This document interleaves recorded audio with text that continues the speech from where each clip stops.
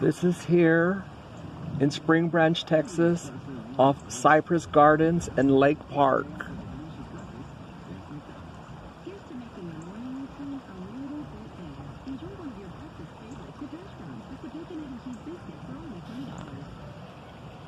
I just drove through the storm.